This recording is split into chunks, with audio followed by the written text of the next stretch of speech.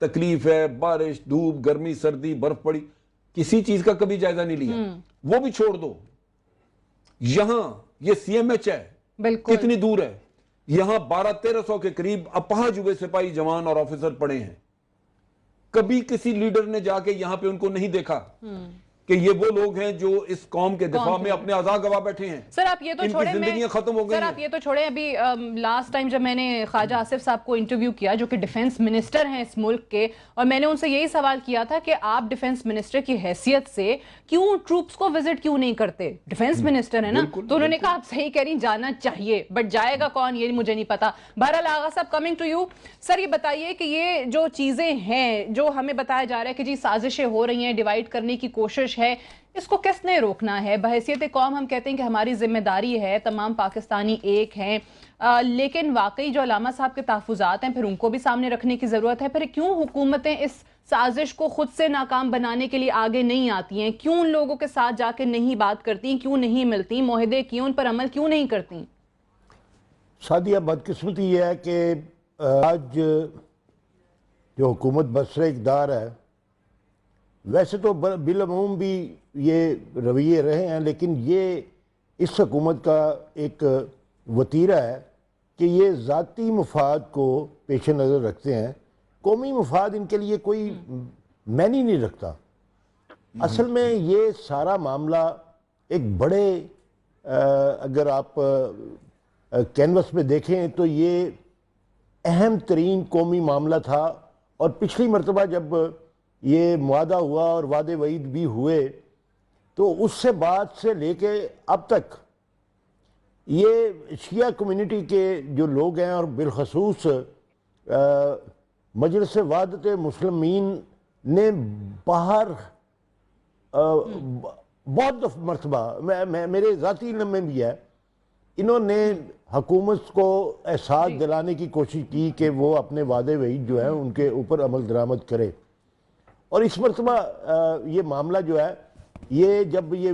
ثانیہ ہوا اور یہ واقعہ ہوا تو آپ حکومت کا رویہ دیکھ لیں نا, یہ میڈیا کنٹرول کرتی رہی کہ یہ تعداد جو ہے نا 15 لوگوں کی شہادت سے اوپر نہیں جانی چاہیے, اور الٹیمیٹلی 17 پہ آ کے رک گئی. پھر تو سوشل میڈیا نے یہ انکشاف کرنا شروع کیا, نہیں تعداد تو بہت زیادہ ہے. تو میں سمجھتا ہوں کہ یہ ایک ذاتی جو ان کا اپنا مفاد ہے وہ یہ ہے کہ چونکہ اس میں پراپوگنڈا فوج کے خلاف ہوتا ہے, تو جہاں فوج کے خلاف بات ہوگی یا سوشل میڈیا کے اندر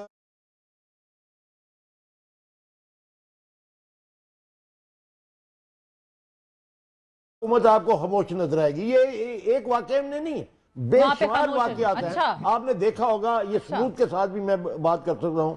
کہ وہ خاموش رہے گی کیونکہ فوج کے خلاف بات ہو رہی ہے. یہ پتہ نہیں کہاں کی دشمنی ہے. افواج پاکستان جو اس ملک کی